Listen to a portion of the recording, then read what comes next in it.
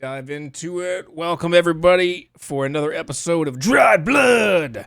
We're at episode 10 of D20 Deathmatch. We just wrapped up. We have Johnny Stan returning, Dr. B's returning, the Bone Daddy making a return, not from this season, but from a previous season. Maybe the only champion to come back from a previous season in this current season. Bone Daddy. How does it feel to be back in the arena? Daddy's returned. Been excited to be here again. Is your stardom just so bright that you need 3 pairs of sunglasses on? Yeah, future so bright I need shades. The reflection is blinding. Mm-hmm.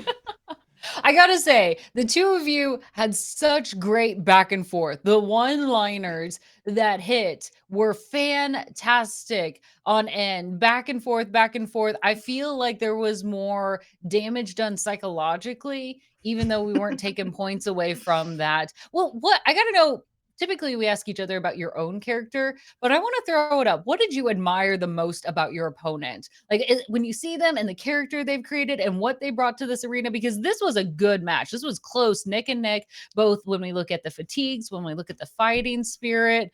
I want to know, what was your take on who you were fighting? Who would like to go first? I mean, I absolutely will, because Bone Daddy was such a funny, full fleshed out character with a full on backstory, like a bench of supporters behind him, his mom, Darcy, the Tooth Fairy, like from the offset, there was so many additional characters to play with. That was a dream. Though just like you teed it up for everyone to sort of come in and have fun with that. So big props to setting up an entire team's worth of characters there. Love that. Commitment, gorgeous. Yeah, I mean, two great minds think alike with the signature moves of just messing with stats. Just the perfect counter to what I was doing. I loved it. I was so excited about like building out like Daddy's Girl signature move with Mudcat, and it just got turned around on me. I still got to stay in the mech, just a slightly smaller mech for a minute. And that's the fun part. Like, it's so creative when you come up with like, here's what I'm thinking, and then when you throw it against opponent after opponent, it's like, oh, that's how they think. That's different. This is not what I expected. I want to bring him in here real quick. Oh yeah.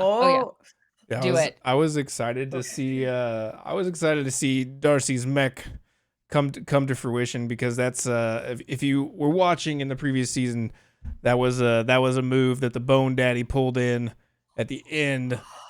Oh, there's a cat. Oh, what a cutie! Look at the little stripes. Right, oh. It's actually so that's Darcy. That's the guy I was smack talking. There we go. Now I feel bad. I can't see anything in these. I'm picking it up. I feel like we actually need an episode once with like everyone's pets. There was who was it?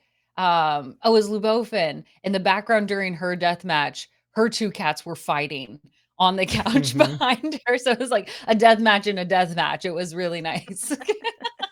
Well, we gotta ask King Bofus here or Dr. B's about you have tied your way to a death twice now.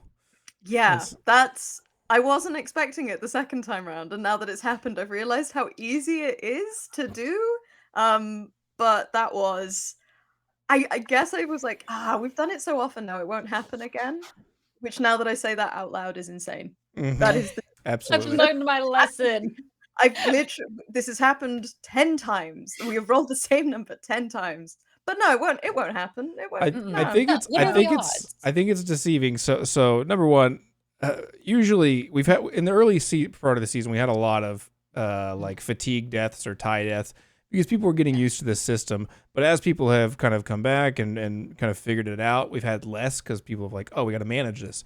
So that started to happen. But it's deceptive, because if you get a nat 1, you get a fatigue. If you get a tie, you get a fatigue. That's 10% on your roll anyway, of your portion of the other person's got to obviously hit that 10 too. So you're like, you're better than 5% at least easy to get that fatigue every time. So yeah, you're also like betting that the other person isn't going to be on like the same fatigue as you and then rolling the same as you. So you're just like, yeah, no, those elements won't collide at any point. Like it's going to be impossible to do that, and it's actually way more common than you would think. So I really appreciate it as like a luck aspect and a betting aspect. I mean, what's so great is that it does end up being super climactic. Like, we're not doing this to see who wins. We're doing this to tell like a fun, crazy story. And there's nothing better than like a super climactic tie.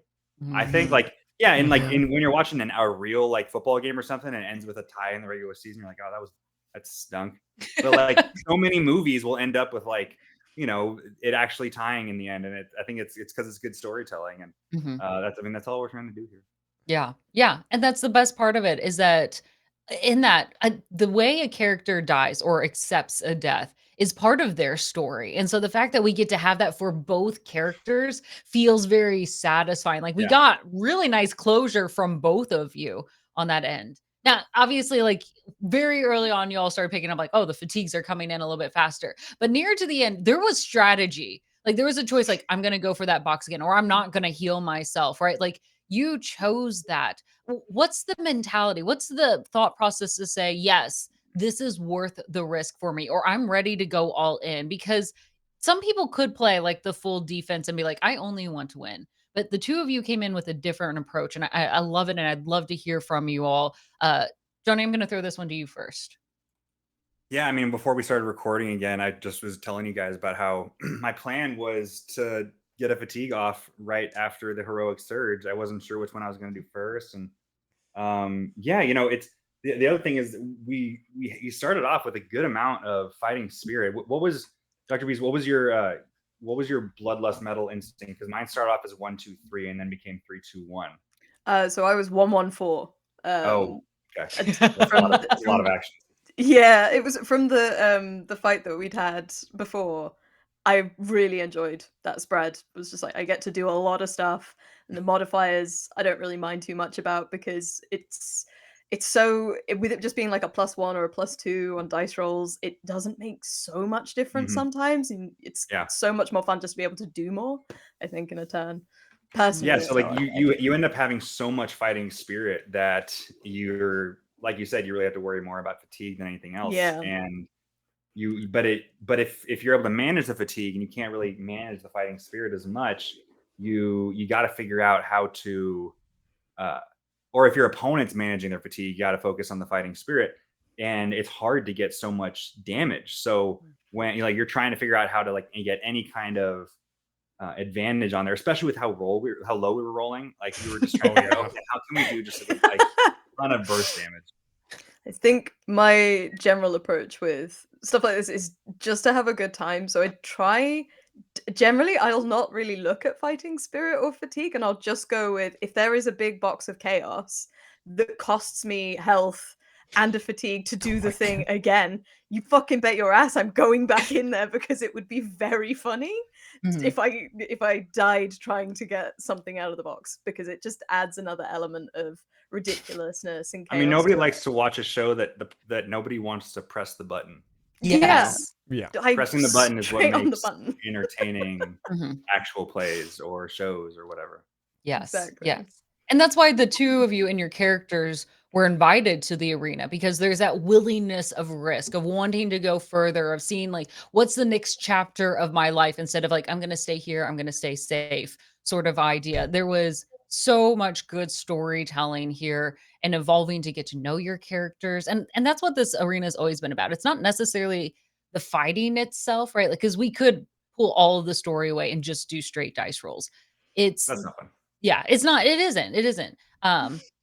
Mudcat likes that, but no. What are you talking about? I wrote this system specifically for storytelling.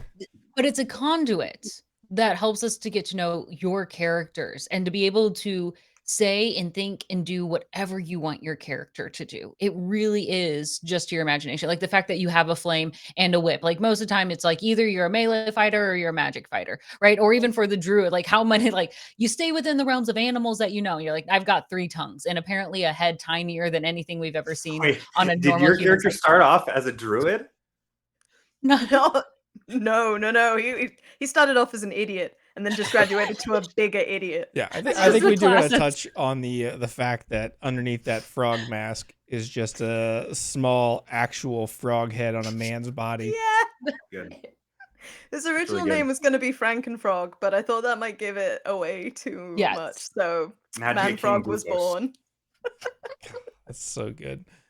Oh dear. Now I'm just imagining Craig kissing these tiny, tiny, tiny frog lips. Oh yeah. No, just looking into those tiny little beady frog eyes Yep. so It's lovingly. a classic reimagining of the Craig. Princess on the Frog, except the princess is Craig and the frog was transformed into a half man, half frog hybrid. You know, Yes. your classic Cinderella story. Oh, Yes. was it Craig? Was it Craig who made you into the king that you are He today? Oh, did. amazing. There was a slight nod Aw. to it at the end of I think you turned me from a frog prince into a frog king or something Yes. like that. Yes. But Well, Beautiful. I also want to bring up the fact, and this is just a lore fact for anybody who's been watching our show and watching the side series.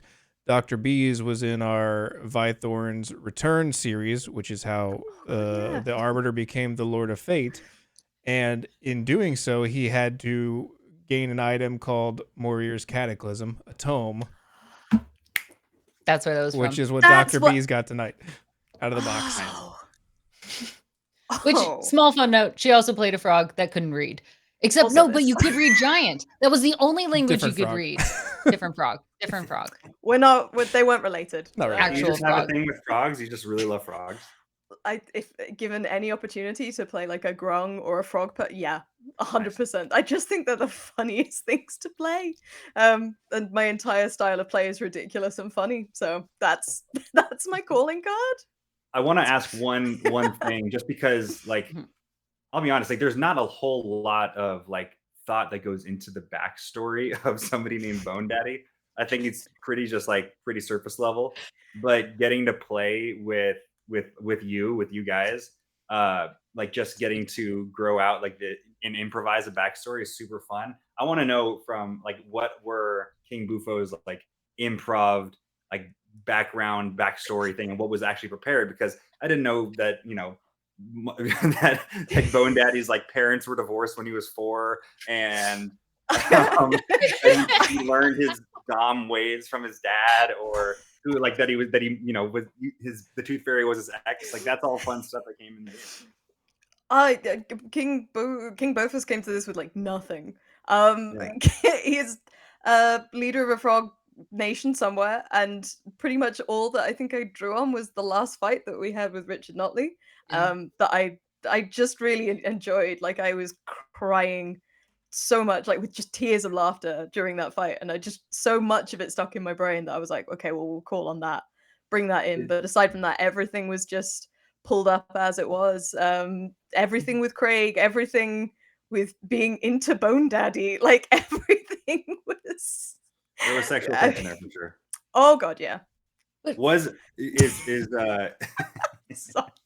the speaks though to the talent of the two of you, is that you don't know what the other Mhm. person is bringing to the table. You don't know what questions they're going to ask. And so the fact that by the end of this, the two of you had such intertwined stories speaks to your improv capabilities, that whatever you bring to the table, it's like, I'm going to make this interact. I know whatever they say, I'm going to roll with it. I'm going to play off of it. I'm going to come up with something to match their energy, match their story. And it was beautiful. It was weird, but it was beautiful. It was If weird. it's not weird, it's not beautiful to me. Right. Oh Hard man. agree. Well, we usually like to wrap these things up with like a final catchphrase or a piece of advice or just some last words from you or your character to the acolytes. So while you're here in the arena locker room, and as goblins are pulling chunks of bones out of your bodies that have been revived, any final words for the acolytes at home?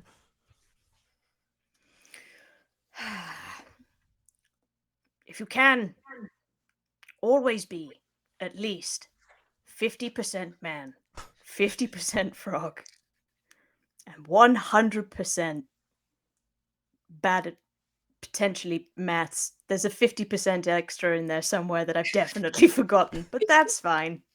Enjoy. You've evolved. Your math is Oh, getting Not 50 better, It's but different. different. Yeah. 50% Peloton. That was it. That's it. Yeah, That's it. 50% man, 50% frog, Frog. 50% 50% Peloton, Peloton. 50%, 100%. 100%. Yeah. Just 100% this, whatever this is. Yes. 100% of I that. think you mean this. Oh, that was. That was it. Points with their thumbs. Darcy got two thumbs and she's pointing them right at Bone. Oh, Bone Daddy, any final words for the acolytes? I'm gonna keep it short and sweet. Never forget to say thank you, Daddy. All right, you heard it here. Well, thank you, daddies, for this wonderful interview. All right, guys. No, thank you, Daddy. Daddy. We are all daddies tonight. Daddy. Good night, Daddy. Good night, daddies. We'll see you guys on the next episode of D20 Deathmatch.